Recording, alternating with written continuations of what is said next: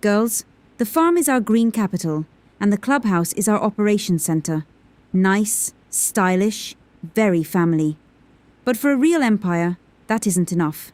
An empire can't stand only on chickens, bikes, and a bar where the walls remember more crimes than we do. We need a serious facility. We already have a facility. It's called Unpaid Electric Bills, and it's very serious. And we've got another facility at the bottom of the Alamo Sea. Also serious, just wet. Dixie, the chickens aren't fed, the bikes won't start, and you're drawing another empire like we're in business school. Let her finish. I like it. It's like stand-up, just without alcohol. If this structure includes anything we don't have to haul over a lake with a cargo bob, I'm already almost supportive. Thank you for the support, Dolly, although I'm not sure that was a compliment. Now pay attention. We need a serious asset. Not just a place where something sits, but a facility that works for us, brings in clients, and makes people talk about La Famiglia Colt not as farm girls with problems, but as a force in Blaine County. After a short family meeting, I headed to the Arcadius Business Center to negotiate with Veronica Cruz about the bunker. Veronica does not look like the kind of woman who gives out gifts, but she invited me to talk, which means the bunker is no longer just a fantasy, it's almost real. The important thing is to look confident. A serious woman is driving to a serious meeting.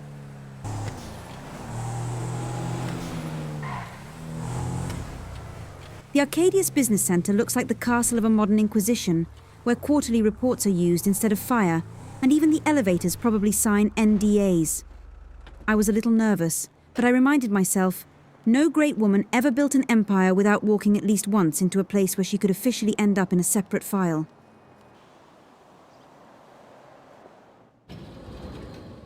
I think I'm gonna work late tonight. Yeah, it's all go over here. Hello, I'm Dixie Colt. Miss Cruz is expecting me. Miss Cruz, I'm here about the bunker in Grapeseed. La Famiglia Colt is ready to consider this asset seriously, responsibly, and with a necessary level of confidentiality. But I do want to clarify one thing right away. If it doesn't have proper ventilation, a coffee area, and at least one place to hang a jacket, that needs to be included in the budget. The owner of the facility on Smoke Tree Road has stopped responding, so Agent 14 recommended reactivating the Grapeseed asset and transferring it under new management. This is not a rental, Miss Colt. It's a contract with obligations. Agent 14 sounds like someone who either knows every secret in the state or has terrible taste in aliases. Either way, if this facility can give us clients, space, and status, I'm listening very carefully. I can already picture a small wine-aging cellar in there, maybe a separate content area, and if the ceilings are high enough, why not a little showroom for La Famiglia Colt? Miss Colt, this is a bunker, not a Tuscan wine cellar, not a cheese room, not an underground spa complex, and not a venue for your Italian parties. It is a facility for serious weapons work. If you turn it into a family circus, I will shut this access down faster than your sister can chase another pig. Hey! Hey, you must be, well, I know who you are. And anyway, I'm me, and you're you, and that's that. Funny. Let's go for a little ride, shall we? It's really lovely to meet you.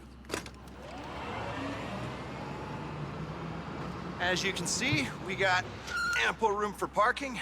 Here's a space for a mobile operations center, if you want to buy one on Warstock. Got it? Anyway, we're on a strict schedule. Here we are, the heart of the place. Research and manufacturing. You want to make real money? Dirty little secret for you. It's in arms. Log into the network, request a resupply, and bring the hardware back here. The eggheads will take it apart. Cook up new, exciting ways of terminating people. Ugh, Jesus. Gotta get out of here. We're bombing someone tomorrow. I mean, I don't know what I mean. Doesn't matter. It's been wonderful. Remember, we never met. You never saw me. I don't know you, and anything you think I said, I didn't say, and you were delusional. Remember that. I'll be in touch. You're a hero! It smells like grease, it's dark, and there isn't a single window. Perfect place for our family business. Here's how this goes. Weapons go in the right wing. Ammunition contracts go through me. We choose the security ourselves. And no random traffic gets in without my personal approval. The ceilings are decent. The exit is wide. If we cut an extra hatch through the top, this could become an emergency point for air routes. I could drop cargo without even landing. Let's be honest. A bunker is just a very large, very expensive basement. And every great empire starts in a basement. The Medici, the Rothschilds, everyone started somewhere in the dark, where it smells like grease and there are no windows. So consider the foundation of our glorious future officially laid. Veronica Cruz is like a ghost, just with a better wardrobe and hand sanitizer in her pocket. You never know where she'll show up. She looks at our new asset like she already knows where we're going to break everything, who we're going to compromise, and exactly which hallway Dolly will try to land a helicopter in. Agent 14 said we needed some Duneloader full of supplies to launch our empire.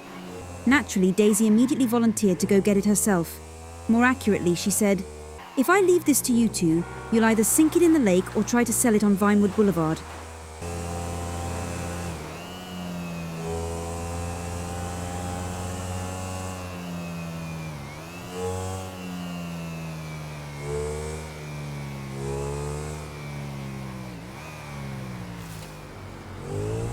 Honestly, Daisy is perfect for jobs like this. She doesn't ask unnecessary questions, she's not afraid to get her hands dirty, and most importantly, she's the only one of us who can use GPS without having a panic attack when the signal disappears somewhere behind the mountains.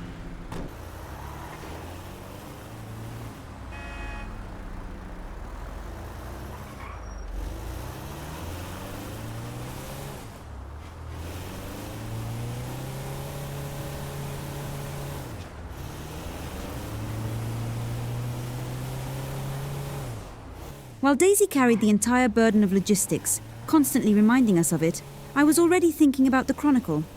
Every great family has its own documentary archive. The Medici had painters. We have my phone.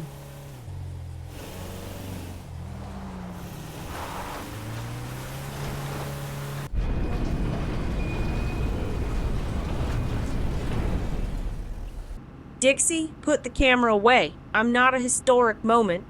I'm carrying everything by myself again. This is a historic moment. Just with a bad attitude.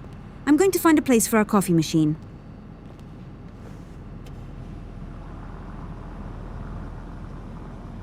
The first official delivery for La Famiglia Colt. Dolly said it would be clean, fast, and professional. I wrote that down in my diary because I had a feeling we'd need it as evidence. Whenever Dolly gets behind the controls of anything bigger than a kitchen mixer, Daisy's eye starts twitching automatically. This time, she was trusted with a massive cargo plane for our first serious bunker delivery. What could possibly go wrong? Absolutely everything. The plan was simple. Take off, deliver the cargo, and be back by dinner.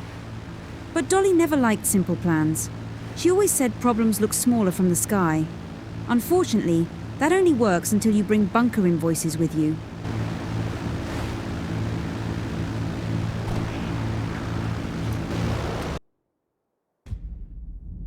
So you ejected from a plane that was flying on autopilot with our first weapons shipment just because your paperwork flew away? Dolly, say it again very slowly. Why did the plane keep flying without you and apparently without any benefit to our business?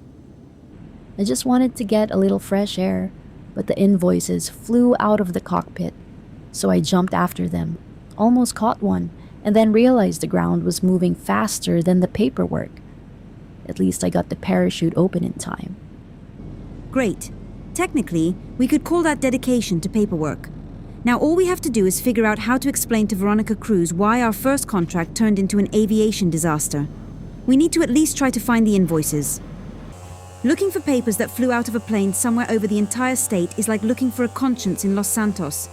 The odds are minimal, but when your reputation is on the line, you just hit the gas and hope the Blaine County wind has at least one business-friendly direction.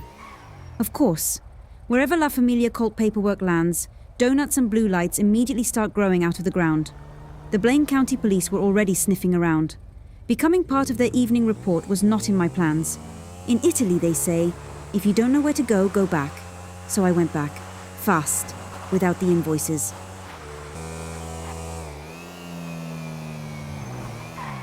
I came back to the clubhouse with no invoices, no plan, and a very strong desire to pretend the day could still be saved.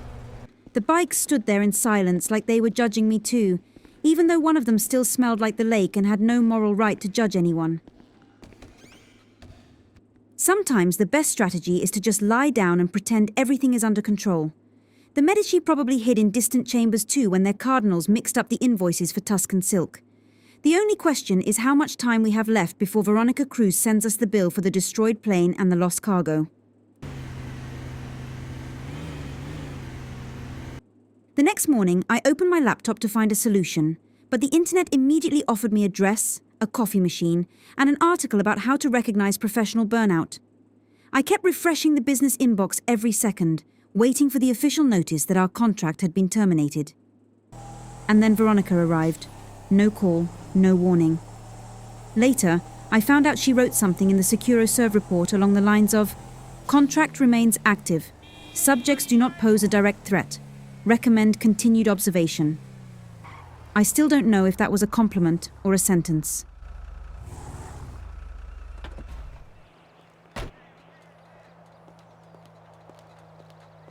God, give me strength. This isn't an organization. It's a family argument with access to a military facility. I brought your missing invoices. This is the first and last time I clean up after your aviation department, Miss Colt.